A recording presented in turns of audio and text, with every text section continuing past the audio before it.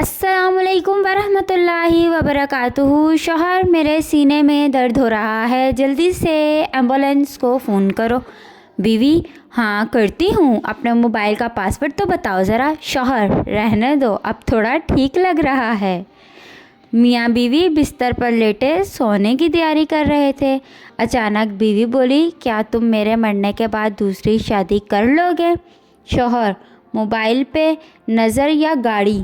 नहीं बेगम, तुम्हें पता है तुमसे कितना प्यार करता हूँ, मैं दूसरी शादी नहीं करूँगा। बीवी फ़िक्रमंद लहजे में: लेकिन तुम इतनी लंबी ज़िंदगी तन्हा भी तो नहीं गुजार सकते, शादी तो तुम्हें करनी ही होगी जानू।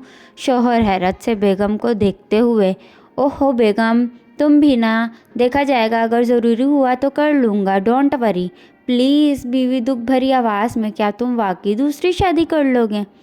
शौहर गड़बड़ा कर: बेगम, अभी तुम खुद ही तो ज़ोर दे रही थी।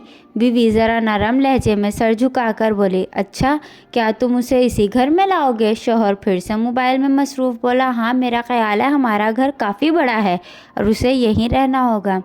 बीवी: क्या तुम उसे इसी कमरे में रखोगे? शौहर: हाँ, क्यों कि यही तो हमारा बेडरूम है। बीवी: क्या वो इसी बेड पर सोएगी? शौहर: भाई बेगम, जाहिर है, और कहाँ सोएगी?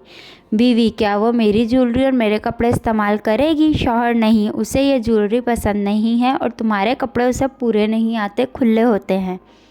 बीवी गुस्से से: क्या? शौहर: ओह, मगर तीर कमान से निकल चुका था।